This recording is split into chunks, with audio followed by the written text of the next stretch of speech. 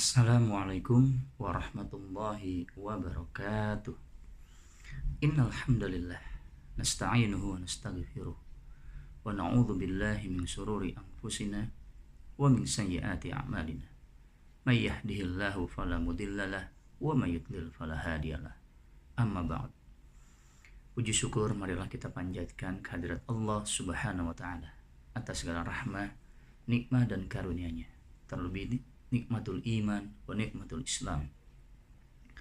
Salawat serta salam semoga Allah senantiasa mencurahkan kepada qudwah dan uswah kita Nabi Muhammad Rasulullah sallallahu alaihi wasallam beserta para keluarga, para sahabat, dan tentunya kepada kita selaku umatnya yang senantiasa istiqamah untuk menegakkan sunnah-sunnah beliau. Ayuhal hadirun rahimani wa rahimakumullah. Kembali kita berjumpa dalam kajian ilmu di bulan suci Ramadan di hari yang ke-22, dimana insyaallah pada kesempatan kali ini kita akan membahas terkait tentang adab-adab safar atau perjalanan.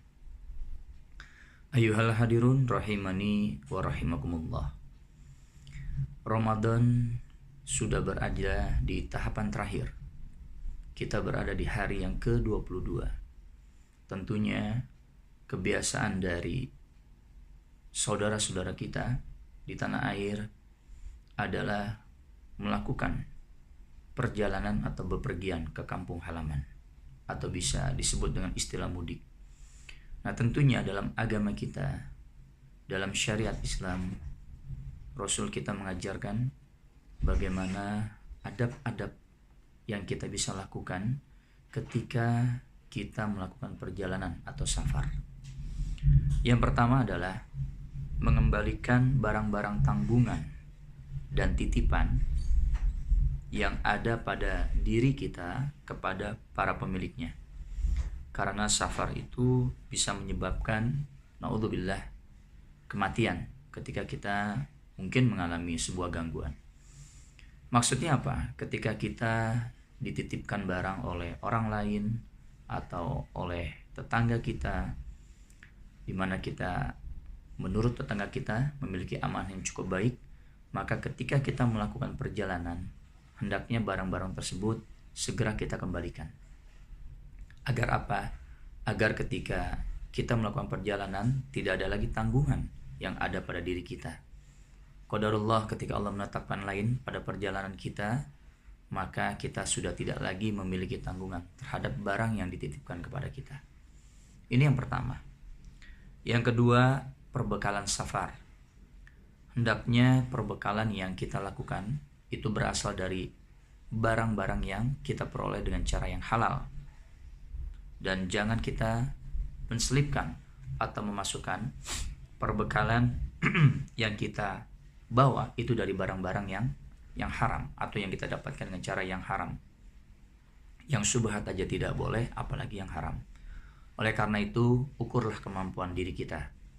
Ketika kita memang berkemampuan untuk melakukan safar atau mudik, lakukanlah.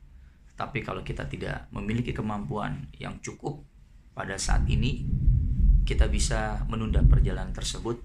Dan kalaupun kita ingin bersilaturahim, bisa dengan media-media yang lainnya seperti telepon atau lainnya. Ini yang kedua.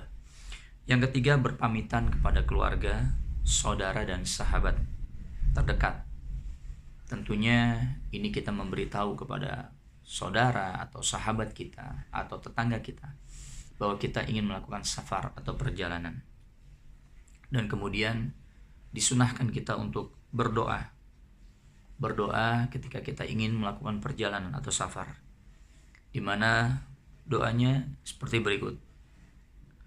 Astaudi'u Allahu dinukum wa amanatakum wa khawatim a'malikum. Astaudi'ullahu dinakum wa amanatakum wa khawatim a'malakum.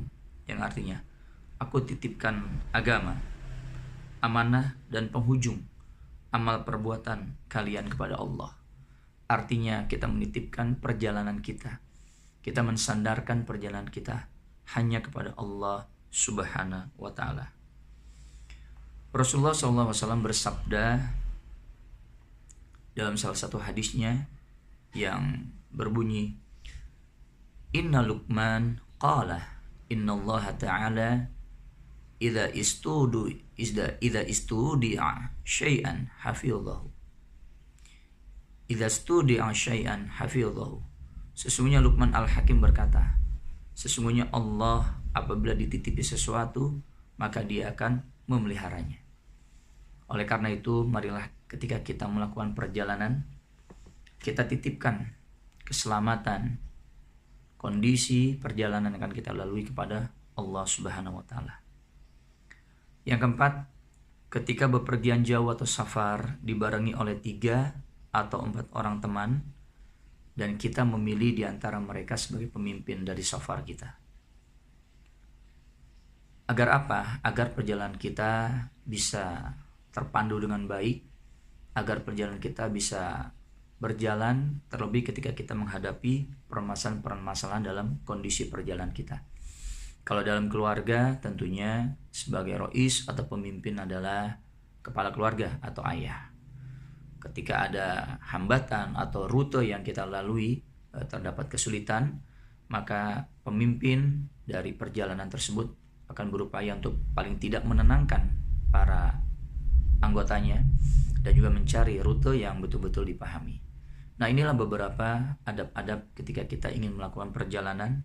Yang pertama, mengembalikan barang-barang yang dititipkan kepada kita, kepada para pemiliknya. Yang kedua, lengkapi perbekalan ketika kita melakukan perjalanan atau safar dari barang-barang yang halal. Yang ketiga, berpamitan kepada tetangga, kepada kerabat, kepada sahabat-sahabat ketika kita ingin melakukan perjalanan atau safar. Dan yang keempat adalah pilihlah salah seorang di antara kita untuk menjadi pemimpin dalam perjalanan tersebut.